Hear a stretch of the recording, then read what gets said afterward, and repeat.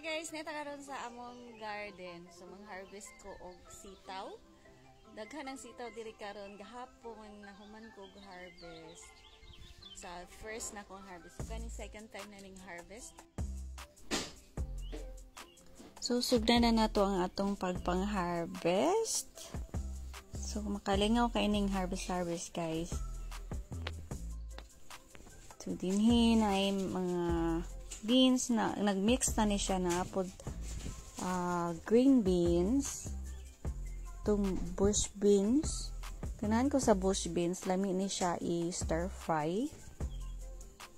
O kini siya ang sitaw, mas ganahan ko ani niya himuon og adobo style na stir fry.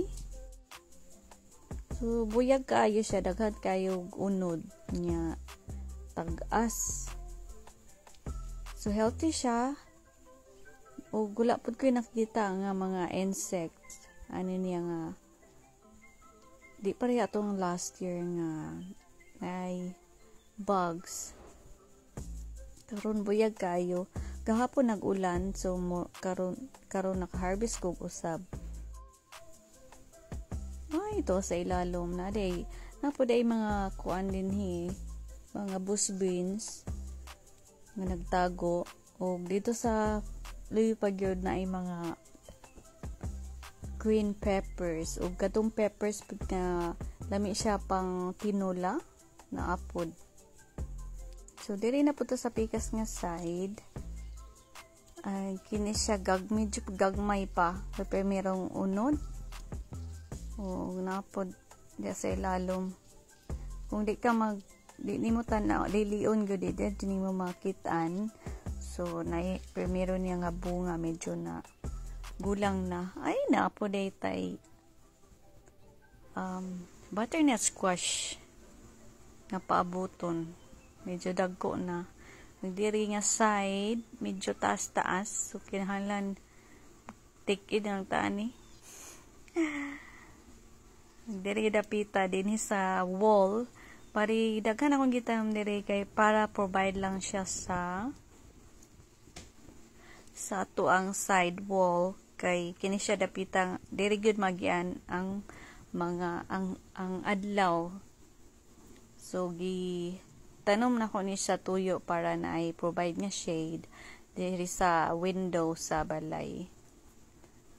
So, usahay manobra po niya akong tanom. Usahay makapanghatag ko sa akong mga friends dinhi sa USA. Mao nga happy pod ko. Kay ganahan ko manghatag. So, lamijud kayog mananom kay kini pa ba akong paliton nga mahal na kay mga palaliton karon. So, kini siya nga area guys. Gamay ra gyud kay ni sa sa kilid sa balay.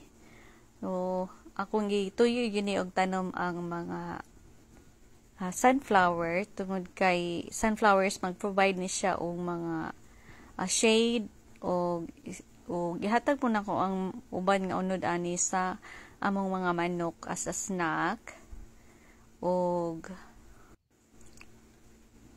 shade na pod siya sa palibot. So ang sunflower guys beneficial kay ni siya sa mag-attract na siya og mga bees ug ang bees mo pag ni siya ang kinahanglan nako sa ako ang mga squash para mag-pollinate para mahimo ang iyang mga unod. So yes, mo ni atong harvest guys. So mo rin na karon guys, thank you so much sa pagsubaybay. Sige, thank you kaayo. Bye-bye.